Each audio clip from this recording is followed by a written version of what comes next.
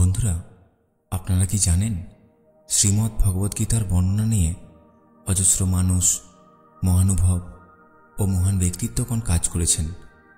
আজ তাঁদেরই মধ্যে এমন কিছু মহান ব্যক্তিগণের কথা উল্লেখ করব যাঁরা শ্রীমদ্ ভগবদ্গীতার প্রভাবে প্রভাবিত হয়েছিলেন। তাহলে চলুন জেনে নেওয়া যাক সেই মহান ব্যক্তিগণ শ্রীমদ্ ভগবদ্গীতা সম্পর্কে কি বলে গেছেন। বন্ধুরা, গীতার কথা বলতে গেলে সর্বপ্রথম পরম ভগবান শ্রীকৃষ্ণের কথাই আমাদের মনে আসে। ভগবান স্বয়ং গীতা সম্পর্কে বলেছেন যে, গীতা মে হৃদয়ং পার্থ, গীতা মে সারম উত্তমম, গীতা মে জ্ঞানম ইত্যুগ্রম, গীতা মে জ্ঞানম অব্যয়ম। অর্থাৎ, হে পার্থ, গীতা আমার হৃদয়, গীতা আমার উত্তম সারস্বরূপ, গীতা আমার অত্যুগ্র জ্ঞান এবং গীতাই আমার অব্যয় জ্ঞান। আদি শঙ্করাচার্য ছিলেন একজন ভারতীয় দার্শনিক। গীতা সম্পর্কে তিনি বলেছেন, সর্ব উপনিষদ গাব দগ্ধা গোপাল নন্দন, পার্থ বৎস সুধীর ভোক্তা দুগ্ধং গীতামৃতং মহৎ। অর্থাৎ, এই ভগবদ্গীতা সমস্ত উপনিষদের সারাতিসার এবং তা ঠিক একটি গাভীর মতো, এবং রাখাল বালক রূপে প্রসিদ্ধ ভগবান শ্রীকৃষ্ণই এই গাভীকে দহন করেছেন। গোবৎসের মতো অর্জুন এবং জ্ঞানীগুণী ও শুদ্ধ ভক্তেরা ভগবদ্গীতার সেই অমৃতময় দুগ্ধ পান করে থাকেন। ভগবদ্গীতা সম্পর্কে তিনি এটাও বলেছেন, ভগবদ্গীতার সুস্পষ্ট জ্ঞান থেকে মানুষের অস্তিত্বের সমস্ত লক্ষ্য পূর্ণ হয়ে যায়। ভগবদ্গীতা হল বৈদিক শাস্ত্রের সমস্ত শিক্ষার সুস্পষ্ট সারমর্ম। কৃষ্ণদ্বৈপায়ন বা ব্যাসদেব একজন ঋষি ছিলেন। গীতা সম্পর্কে তিনি বলেছেন, মাহাত্ম গীতা স্বগীতা কর্তব্যা কিমন্যই শাস্ত্র বিস্তরই, ইয়া স্বয়ং পদ্মনাভস্য মুখপদ্মাদ্বি নিঃসৃতা, সর্বশাস্ত্রময়ী গীতা সর্বদেবময়ী ইয়ত সর্বধর্মময়ী, যস্মাৎ যস্মাৎ এতাং সমভ্যসেত। অর্থাৎ, গীতা স্বয়ং ভগবান শ্রীকৃষ্ণের মুখপদ্ম থেকে নিঃসৃত হয়েছে। সে গীতা সুন্দরভাবে পাঠ করতে হবে। অন্যান্য বহু রকমের শাস্ত্রের প্রয়োজন নেই, যেহেতু শ্রীমদ্ ভগবদ্গীতা সর্বশাস্ত্রময়ী, সর্বদেবময়ী ও সর্বধর্মময়ী। সুতরাং গীতা অভ্যাস করা একান্ত কর্তব্য।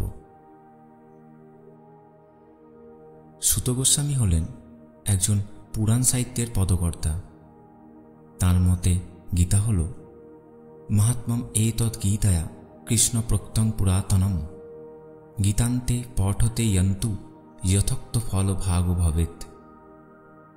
অর্থাৎ, ভগবান শ্রীকৃষ্ণ কথিত এই সনাতন গীতার মাহাত্ম্য হল পুরাতন। যিনি গীতা পাঠ করেন তিনি যথোক্ত ফলভাগী হন। আচার্য রামানুজ ছিলেন আদি শঙ্করাচার্যের মতো, যিনি বিশিষ্ট দ্বৈত বেদান্তের একজন মহান প্রবক্তা ছিলেন। তিনি গীতা সম্পর্কে বলেছেন যে, ভগবদ্গীতা ভগবান শ্রীকৃষ্ণের দ্বারা বলা হয়েছিল ঈশ্বরের প্রতি ভক্তির বিজ্ঞান প্রকাশ করার জন্য, যা সমস্ত আধ্যাত্মিক জ্ঞানের সারাংশ। শ্রী শ্রী রামকৃষ্ণ পরমহংসদেব এক প্রখ্যাত ভারতীয় বাঙালি যোগসাধক, দার্শনিক ও ধর্মগুরু ছিলেন। তাঁর মতে বিবেকবাণী গীতার সারমর্ম হল, হে মানুষ, সব কিছু ত্যাগ করো এবং ভগবানের উপলব্ধির জন্য আধ্যাত্মিক অনুশাসন অনুশীলন করো। স্বামী বিবেকানন্দ ছিলেন একজন হিন্দু সন্ন্যাসী, দার্শনিক, লেখক, সঙ্গীতজ্ঞ এবং ঊনবিংশ শতাব্দীর ভারতীয় অতীন্দ্রিয়বাদী রামকৃষ্ণ পরমহংসের প্রধান শিষ্য। স্বামী বিবেকানন্দ ভগবদ্গীতার প্রতি অনেক আগ্রহ প্রকাশ করেছিলেন। বলা হয়, ভগবদ্গীতা তাঁর সবচেয়ে প্রিয় দুটি বইয়ের মধ্যে একটি ছিল, আরেকটি ছিল খ্রিস্টের অনুকরণ। শোনা যায় 1888 থেকে 1893 সালে স্বামী বিবেকানন্দ যখন একজন পরিভ্রমণকারী সন্ন্যাসী হিসাবে সারা ভারতে ভ্রমণ করছিলেন, তখন তিনি তাঁর কাছে মাত্র দুটি বই রেখেছিলেন। একটি হলো গীতা এবং আরেকটি হলো খ্রিস্টের অনুকরণ। ঋষি অরবিন্দ ছিলেন একজন ভারতীয় দার্শনিক, যোগী, কবি ও জাতীয়তাবাদী। গীতা সম্পর্কে তিনি বলেছেন, ভগবদ্গীতা মানবজাতির একটি সত্যিকারের ধর্মগ্রন্থ, যা একটি বইয়ের পরিবর্তে একটি জীবন্ত সৃষ্টি। প্রতিটি যুগের জন্য একটি নতুন বার্তা এবং প্রতিটি সভ্যতার জন্য একটি নতুন অর্থ। তিনি গীতার বার্তা নামক গ্রন্থে লিখেছেন, মানুষের মধ্যে দেবত্বের সুসমাচার, যা ক্রমবর্ধমান মিলনের জোরে নিজেকে নিম্ন প্রকৃতির আবরণ থেকে উন্মোচিত করে, মানবাত্মার কাছে তার মহাজাগতিক আত্মাকে প্রকাশ করে, তার পরম সীমাবদ্ধতা প্রকাশ করে, মানুষে এবং সমস্ত প্রাণীর মধ্যে নিজেকে প্রকাশ করে। এই হলো মিলনের সম্ভাব্য ফলাফল। সীমিত অহং থেকে আমাদের মুক্তি এবং একটি ঐশ্বরিক মানবতার উচ্চতর প্রকৃতিতে আমাদের উন্নীত হওয়া প্রয়োজন। অভয় চরণারবিন্দ ভক্তিবেদান্ত স্বামী প্রভুপাদ ছিলেন একজন গৌড়ীয় বৈষ্ণব ধর্মগুরু এবং ইস্কন বা হরে কৃষ্ণ আন্দোলনের প্রতিষ্ঠাতা আচার্য। তিনি গীতাকে ঈশ্বরের গান হিসাবে বর্ণনা করেছেন, যা সমস্ত বৈদিক জ্ঞানের সারাংশ।